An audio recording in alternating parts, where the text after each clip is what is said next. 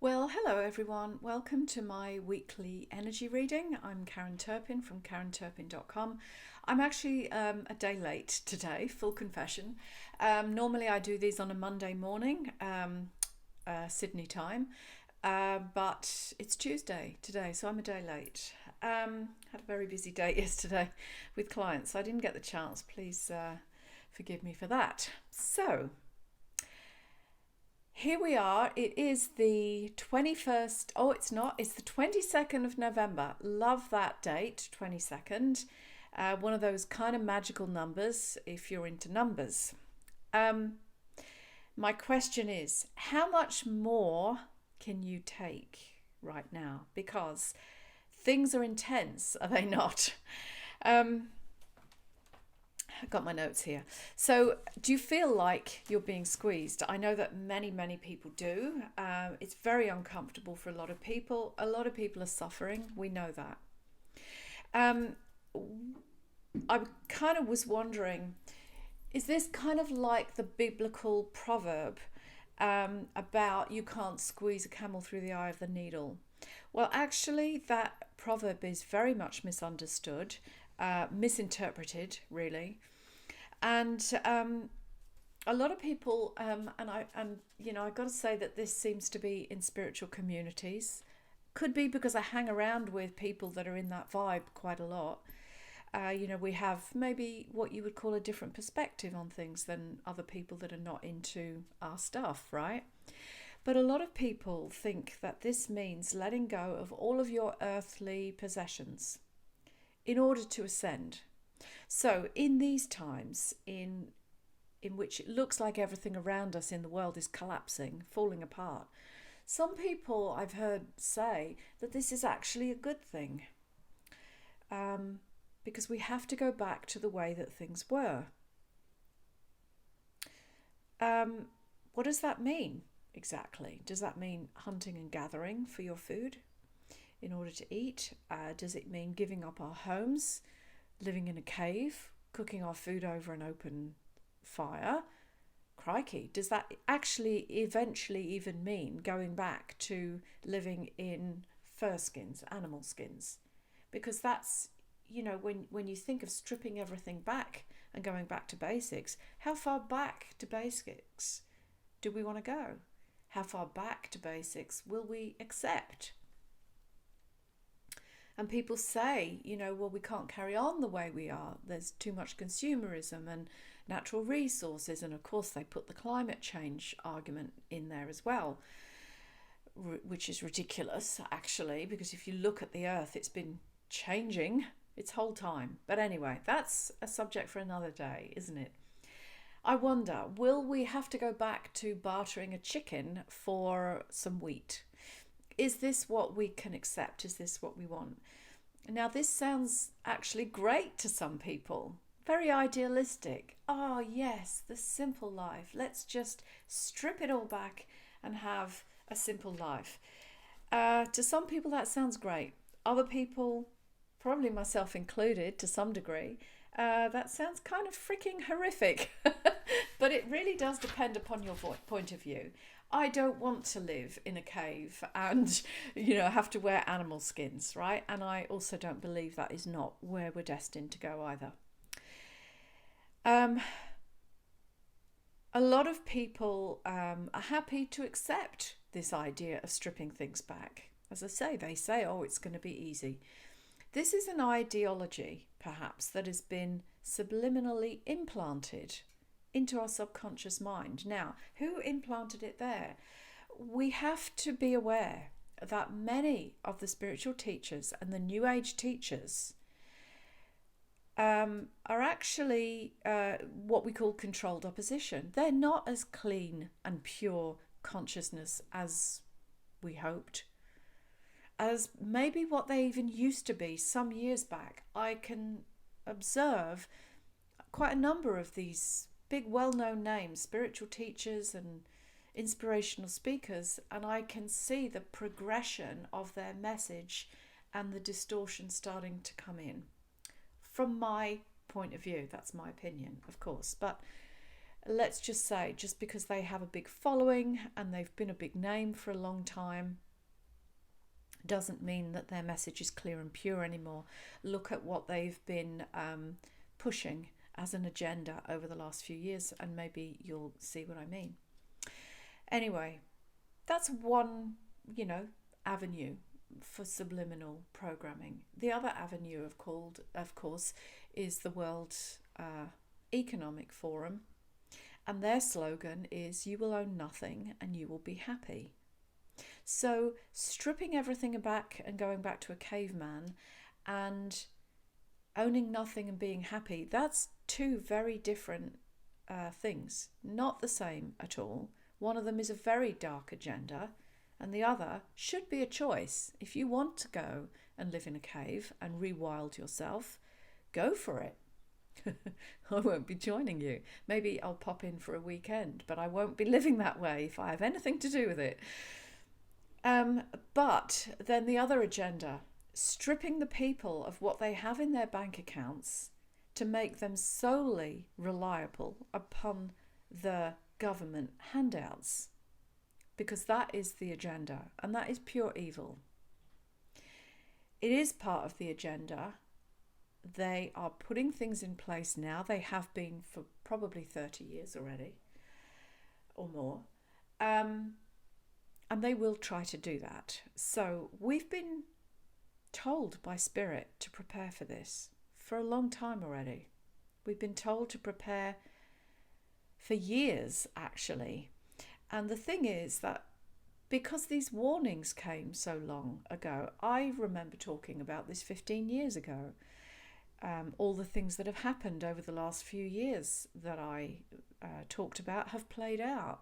So I have no reason to believe that what I'm sensing and many others are sensing about this financial thing, I have no reason to believe that that is going to be wrong either. But the point is, we've been talking about it for so long, people got complacent and they thought, oh yeah, it's just a load of rubbish, it's never going to happen. Well, here we are, right in it now. So learn to read the signs, because the signs are always there. The dark side, the dark agenda, they always tell you what they're going to do. But they don't go, oh, by the way, we're going to come in, strip your bank account, take your pension fund and leave you with nothing and just hand out bits to you. And if we don't think you're living in the best way, we'll withhold that from you. There you go. I've just told you the whole thing. That's what they're planning to do. So they're not going to come out and say all of that. But if you actually read a lot of the stuff from their big summits and meetings and their practice runs for various agendas that they're going to put into play, if you look at all of that stuff, the signs are there. They very clearly lay out what they're going to do. Now, I don't necessarily encourage you to sit and just immerse yourself in that constantly, because probably your body will go into fear and trauma, and then you will switch off and you'll go, oh my God, I can't go there anymore, I'm not looking. That's the same as putting your head in the sand. My metaphor for that is standing in the middle of the road, looking one way only because you don't want to look all around you, and finding that you're about to get run over by a steamroller. Anyway, let's not do that. Let's just look at the signs that are there, have our eyes open, don't go into fear and trauma, but prepare for it. If you know that a hurricane is coming, you prepare for it if you're wise. So let's do that. So they are coming for our money, basically. That's part of their next steps of their agenda.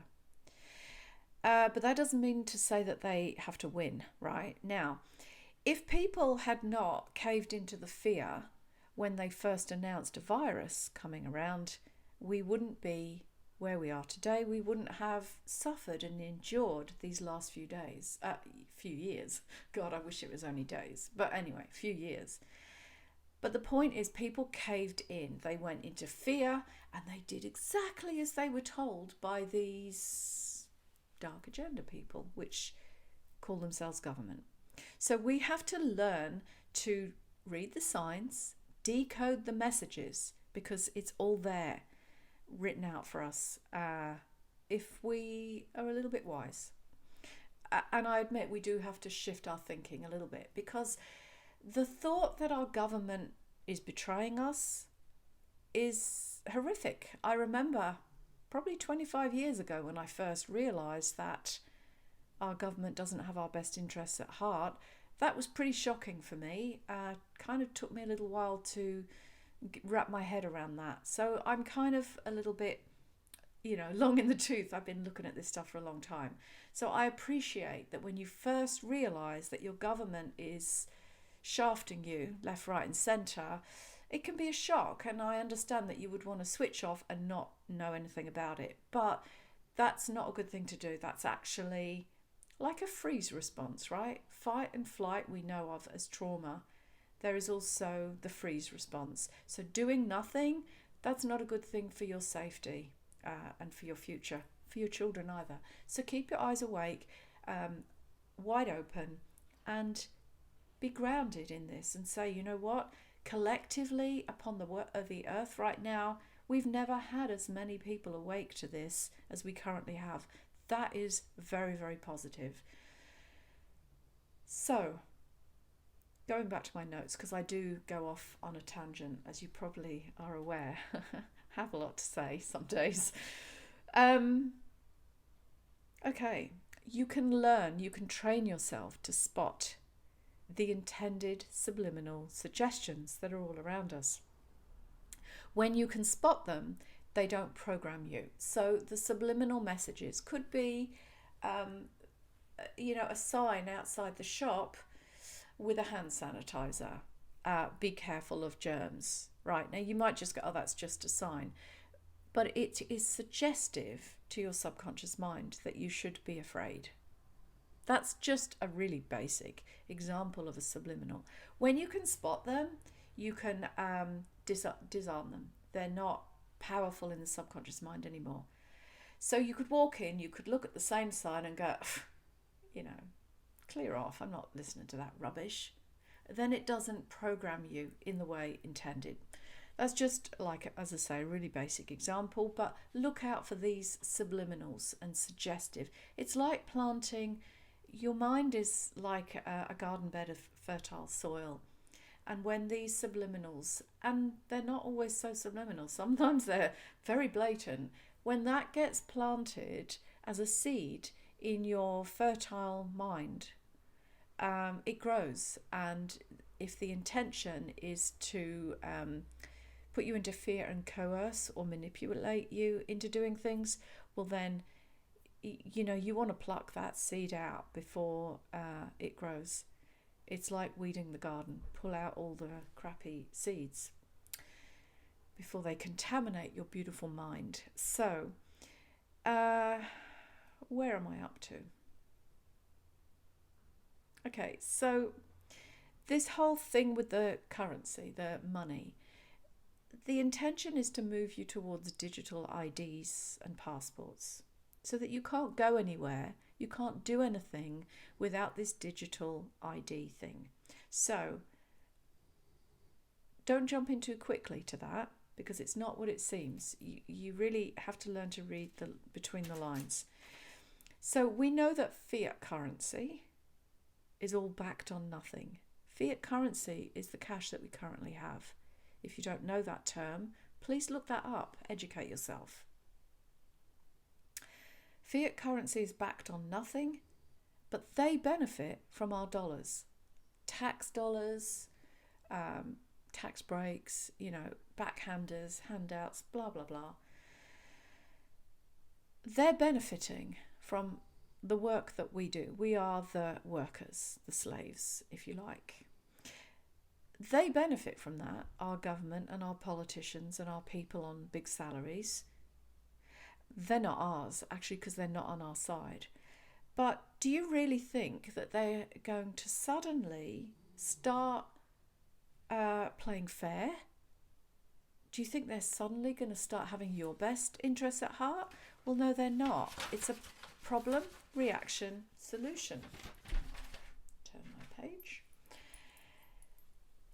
if you scare people enough with the suggestion that they're going to lose all their money in pension funds through cyber identity theft, somebody coming in stealing all of their private data, like they have recently, coincidentally, Telstra, Medibank, all of these places, apparently your data's been stolen. That's very scary. So imagine then when they come in and say, oh my goodness, there's been a data breach at our banks and all your money's gone. Then they offer you the option of a digital ID so that they can keep you safe. All controlled by the very people who are stealing your ID in the first place and who will profit from the money that they've now stolen from your bank account and said, oops, sorry, we don't know where it went. Okay, that might sound far-fetched, but I'm putting it out there so that you can be prepared, because remember, it's problem, reaction, solution. Be prepared. They say that a bird in the hand is worth two in the bush. So what are you holding in your hand? What are you holding in your hand to counteract what plans they have up their sleeve to take that from you? So there you go, just putting that one out there. Now, lots of people are having very, very intense dreams. It's bringing up unhealed emotions and trauma sometimes. I would say now is the time to really work on that stuff, the emotional trauma, things from your life that you haven't healed yet, childhood stuff, things you've experienced even through your adult life that are still bothering you, I would suggest to you that now is a really good time for you to work on that. It's kind of like shedding that heavy baggage in a sense. And you can't fit through the eye of the needle when you're holding all this heavy baggage on your sides. That's kind of something that was told to me many years ago, but basically it's to say that when you do your healing work, you feel lighter and freer inside, and you really have a lot more kind of space inside your consciousness, bandwidth, if you like. You have lots more bandwidth to deal with these coming times when you've dealt with your own emotional crap and trauma. Because we are not through the intensity yet.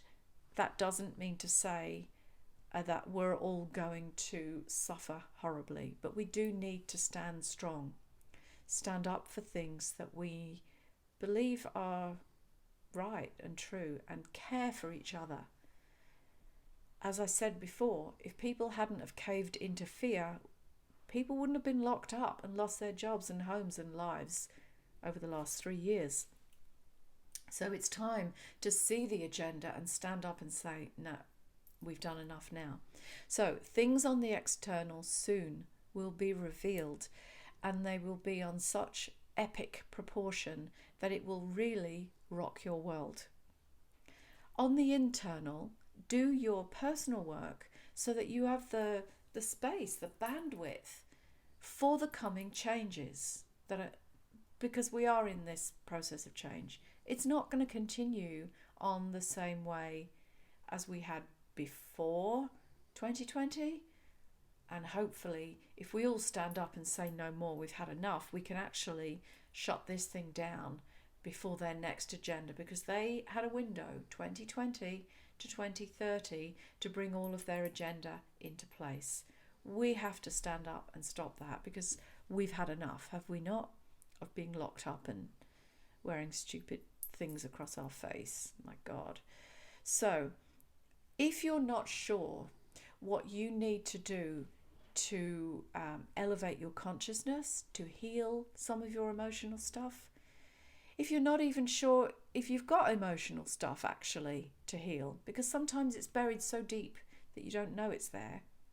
So if you want to open up, evolve your consciousness, learn to read the patterns, be a little bit more savvy with what's happening in this world. Because remember, you're not going to see this kind of thing on mainstream media. It's all very much hidden. I can, to the best of my ability, I can promise you that some really, really good things are happening, but I can't prove that to you. It's just, as I say, reading between the lines, looking at alternative media, and my sensing and feeling. Um, I would say that some very, very good things are happening. So don't despair. But if you would like to learn how to read and sense this stuff, um, if you're not sure of your next steps, I'm offering some free kind of, get up to date with where you are calls. I know that's not a very technical term. But if you would like to talk to me about what you think your next steps might be, book a free call with me. Just send me a DM and say, I'd like a clarity call. There you go. That's a nice name for it. I'd like a clarity call, please, so I can work out what I need to do next for me. If you feel you're not coping very well, if you feel that there's more for you, if you want to connect with your intuition, I've got some great classes and things coming up. Connect with spirit, that kind of thing. Because to be honest, that's where I get my guidance from. I do read alternative media, but I get my guidance from spirit, from my connection with source, with the divine, and I run it through my personal filters of what is right and what is true. And maybe I get it wrong sometimes, but I've learned to trust myself. And when I trust my intuition and I follow my heart, it always leads me in the right direction. And I believe that that's true for you too. So learning how to follow your heart, your intuition, is key to get us through these difficult times that definitely are coming up. So as I say, if you want to talk to me, send me a DM and say you want to talk. It's a free call, just a short call to get you a little bit clear. Otherwise, let me say again, a great many things really are happening.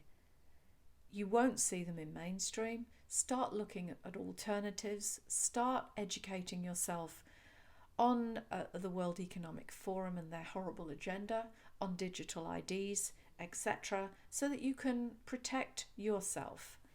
And when you learn to read the signs, well, you can see it. And really, there's no fear involved then, because you just look at it and go, okay, I knew this was coming. These are the steps they're taking, and this is my counter move because I'm prepared. So I hope that today's message hasn't been doom and gloom for you. My intention is to empower you and educate you, and I don't have fear about the coming times, but I am putting into place counter moves that I feel will protect me, my family, and moving forward. So educate yourself, follow your heart, everything will be fine, because there are really, really good things happening, and some of them are so exciting, but you really might need to brace yourself for them because they're kind of pretty shocking. Like, is there such a thing as shocking good news? Yeah, I think so. And I think it's on the way. So hold on to your hat. I will see you next week. Have a great week. Bye for now.